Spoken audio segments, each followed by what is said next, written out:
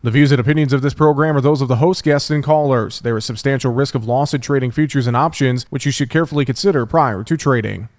Today's episode of Market Talk is brought to you by Growmark FS. Keeping up with the latest in ag is a challenge, to say the least, but there are experts nearby ready to help. You'll find them at your local FS.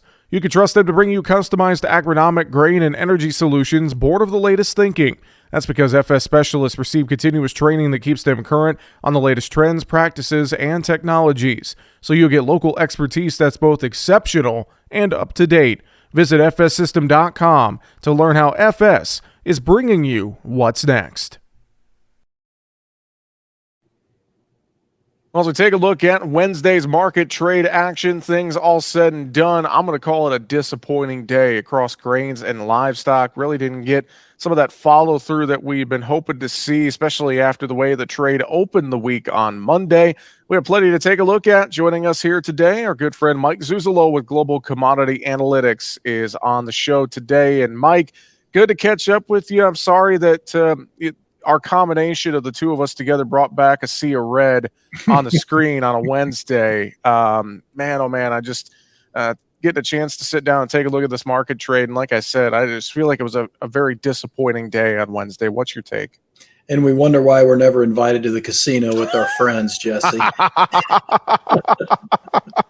Something like that, Mike. Something like that. Well, yeah, I mean, after Monday afternoon and, buying the rumor of bad crop conditions for hard red wheat and seeing a real shift in a colder, wetter corn belt, getting that fact on Monday afternoon and validated on Tuesday morning and the noontime models on Tuesday for corn, the trade just immediately jumped back into a macro-driven mindset. And I think it's these headline news pieces that keep hitting us, and maybe what shielded us from the headline news and the Fed chatter, the recession chatter, the China chatter, what maybe shielded us other than the weather was the idea that the grain initiative and the Black Sea issues on the Ukrainian supplies were giving the European market a better look. And I think if anything this week now, with that kind of clearing itself up, we're back and open-ended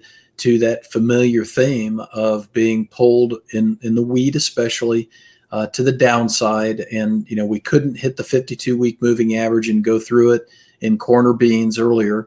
And after today, soft red wheat once again fell back below its 52-week moving average after being above it all week long. So it's just the same old thing, different day. And we're just in that hangover still from 2022, unfortunately. Yeah, and that KC wheat kind of had a fake out breakout on Monday is what it feels like in a way.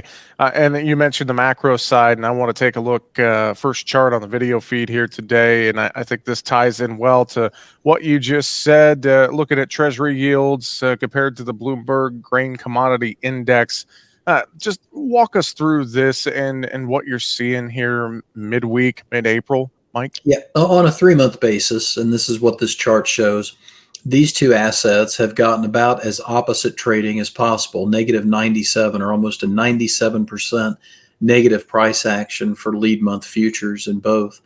And this is one of the key charts I use to say why I say what I just said and talked about with you when it comes to the macro pulling on the grain complex. And you notice after 2022, when the Chinese opened up, and the zero COVID policy went away, we started to break this relationship down. We also started to trade a mindset that the Federal Reserve was not going to keep raising rates, and they were going to neutralize themselves and not hit the assets so hard, especially the risky assets, and not bring the dollar into a safe haven mindset as much. Well, now we've not only taken all that away on a 3-month basis, but now we're actually trading below in a stronger negative correlation than we were back before China opened up. And I think when you look at that negative 0.97 and you see that and you start looking back to the left, the last two times we were this negative in trade between that Bloomberg Grain Commodity Index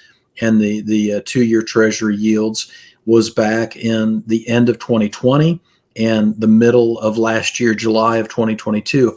Both those time periods, if you go back and look at a soft red wheat chart and a crude oil chart, you see that those were near or at major lows or beginning of major moves to the downside. And so I really do put a lot of stock in this chart, Jesse, and in this correlation because of what it's shown me since 2020. Well, I think as well, thinking about this macro picture and inflation and really just the headline news. And I know you brought up Ukraine and that whole situation. Sounded like maybe we got a few inspections again, but still just the uncertainty around this grain deal with Russia's posturing. Um, but to me, it feels like that situation headline, but also a bit of a moving target until we actually see something concrete happen. So, what's your take on this geopolitical situation as well? If you want to dive in there just a little more. Yeah, I mean, I don't think we traded the China GDP numbers, which were Hmm. extraordinary, 4.5% growth in Q1. And there's really only two reasons why we wouldn't have done that. One is no one believes that it's that strong because they couldn't have come out of COVID that well. I'm not saying that's the case in my opinion. I just don't know, and I don't have enough data yet to be able to give a good opinion. Second quarter is supposed to be even better, and that I think that's what's going to make me really turn my head if it is and see if it really can be. The other possibility is that the U.S. grain market realizes that we are not the first choice for selling into the world marketplace, and that's kind of been entrenched in our mindset, especially after the president of Brazil, Lula, a very strong leftist, went over and visited China and did a bunch of deals with them, financial and ag deals. And I think the trade is getting it now. What you and I have been talking about is this demand base is very soft, and we can't seem to get it underneath us. We saw it in corn on the weekly export inspections. We saw it today again in the ethanol numbers being the best in 2 months as far as production. We can talk about that more in a minute. But I think generally speaking, if you don't have strong demand, this market is set up because of the macro factors, because of your geopolitics you bring up, to sell rallies. And that's why those 52-week moving averages are so critical. 683 area in corn, 1530 area in beans, and then now back to that, what was it? 688 in soft red wheat. We Hmm. fell back below that today. Those are the three numbers I see as very good indicators that we have changed the sentiment and the momentum indicators. And that I think would be led by the European wheat. That drives us right back to the Ukrainian crop. Mike, you brought up ethanol numbers, and I want to segue there as we saw up 7%, good numbers there. I have to think overall corn had probably the best day out of anything. I wonder if those numbers maybe helped out and propped up that corn market a little bit.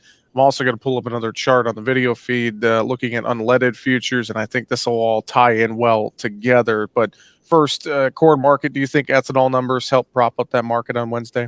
Yeah, you could almost see it immediately when the Department of Energy released those numbers, and not only did the crude oil stocks drop more than expected, but we saw a really nice ethanol number, and we didn't see a big build in ethanol stocks, and we did see a slight increase in unleaded stocks, but that was more than offset, I think, in terms of trade mindset, with a pretty big drop in the distillates or the diesel fuel, which is kind of odd this time of year as we move out of winter. But yeah, this chart I think really explains a lot. You know, you've got a retail gas price, unleaded gas price. It's essentially going straight up in the last 3 weeks.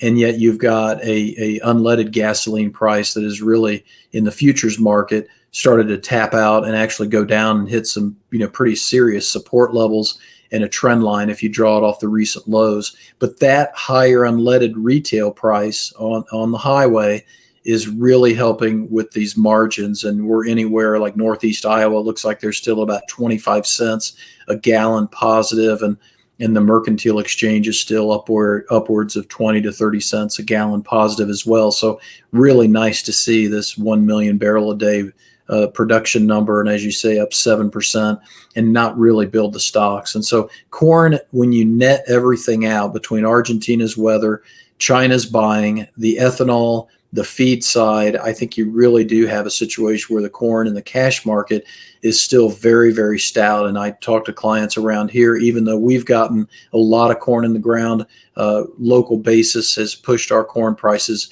back up above $7. Some elevators around here hit 710, 712 last week. Now they're back around about 705, but still extremely strong cash prices.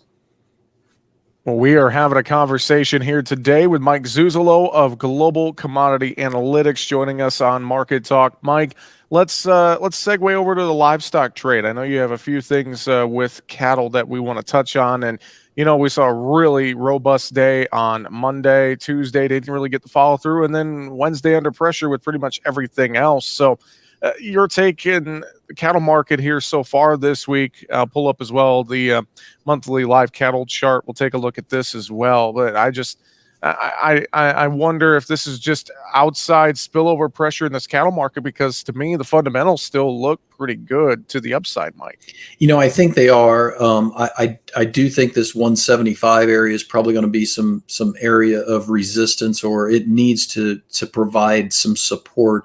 We explored the upside on talk of 180, 182 cash, but really haven't been able to establish that yet this week. And we've got this cattle on feed report now starting to enter into, I think, to the trade's mindset, and they're getting a little bit nervous. And you throw on top of that the outside markets, that nervousness, I think, did generate some long liquidation and some selling pressure, which I think is very healthy. And I say that because if you look at that purple line and you look at the monthly cattle chart here, the last 11 months in a row, we're working now on 11 straight months higher at this point. And the only time that I can go back and find that we did something similar to that was that 2013 into 2014 time period, where we went 12 months higher straight. And then we had a correction month, and then we went up another 3 months. So I think we're due for a correction. I certainly hope we get a correction, because there are some gaps in these charts after what we've seen the last couple months, whether you're looking at a daily feeder chart or some weekly cattle charts, Jesse. I think you're probably in need of pulling back down, reaffirming the support levels after the cattle on feed report, and then try and go back up again. But when I look at the fat cattle and the feeder cattle, last week's lows as well as last month's highs are real close to one another. You see it on this chart, and you could see it on a feeder cattle chart as well. So we've got some really good support levels now between the trend line, last month's highs, and last week's lows. And closes, then we've got some really good areas that if you need to be a hedger, those are probably the levels to start doing that. Well, another aspect as well in this cattle market, and I know you and I have talked plenty about domestic demand and retail demand, and this chart as well, looking at ground beef compared to live cattle futures. Walk us through this chart. What's your take here, as we think about summer grilling season in front of us, but also just, ground beef demand compared to live cattle futures here? Yeah, this is not meant to be a correlation chart where one moves with the other that much. I mean, you can see that in the mid 2013, 2014 through about the pandemic, but they move mainly in a positive mindset. But what I'm looking at on this chart is the ground beef price in black. We've finally been able to get up to about $260 a pound. That's close to our 2023 high set real early in the year, in the calendar year. And what I'm looking at is what's going to drive this cattle market higher when I think that a recession is probably looming, and pork and poultry are going to be extremely effective competitors when it comes to the summer grilling season. And I think we're already starting to see that with the way the grocery stores are lining up. What's going to stop, most importantly, what's going to stop restaurant demand in terms of burgers, because those have still been extremely strong. Well, this chart helps provide that. I think it supports the idea that you're not really feeling the pain of 175 cattle yet in terms of ground beef prices. And this is the chart I'll be watching as you get upwards of $3 a pound, which is quite a ways away. But as you get upwards of $3 a pound, I think you start really cutting the demand out from underneath your legs. So this is going to be part of a special report that I do for livestock producers this week. Just wanted to share this with you because I think it's a really interesting chart. I think it is very interesting as well, and I always appreciate the insights into things like this, Mike. Hog market, I want to touch on that. Hogs probably had an okay day along with corn on Wednesday, at least a few green numbers there.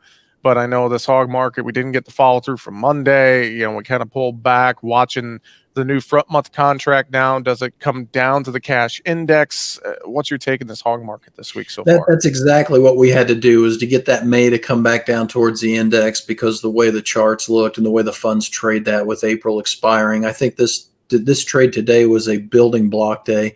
What we need now, especially with China coming out with a bigger pig herd and a bigger pork production number for Q1 earlier this week, what we need now, Jesse, is I think the export sales to show a really good pork export sales number tomorrow morning. If we can get that, then maybe we can build upon what we did today. I do think that the cutout still wants to stay around $80, and that's a pretty solid floor, plus or minus $1. So far, that's been correct. Hasn't helped stop the bleeding, though, in terms of the front end hogs falling.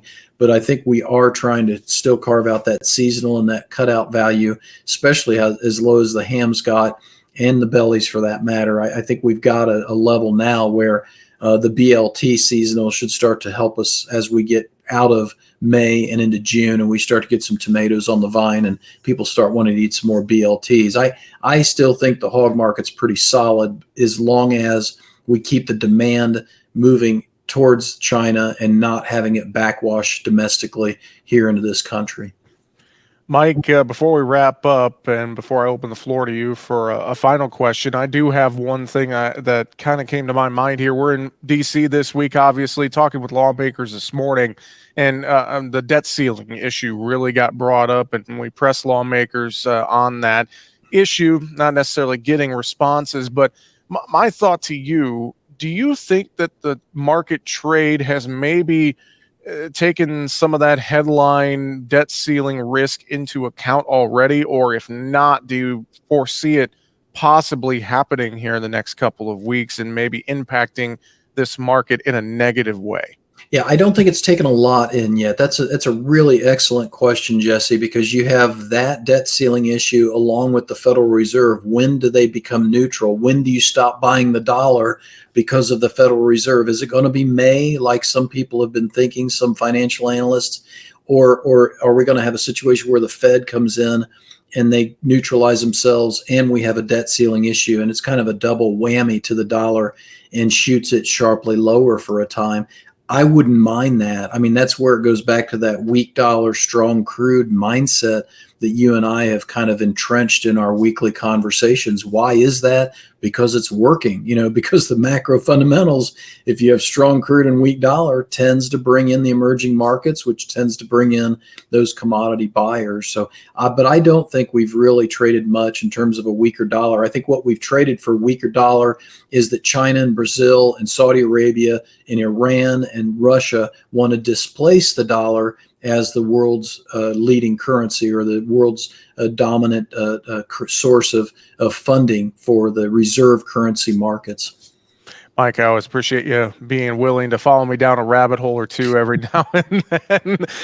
Final thoughts before I let you go. Anything else we haven't mentioned, or anything else you want to reiterate for folks here today? I always try and check myself up against the glass in terms of wondering whether my analysis is on target or not, and doing a quality control check. Look at the leader to the downside today. It was by second leader to the downside was Minneapolis wheat, yet North Dakota and Fargo is going to get 5 to 10 inches of rain, snow here in the next 5 to 6 days. So I just don't think today and this week has been about the supply and weather fundamentals if we take out Monday's trade.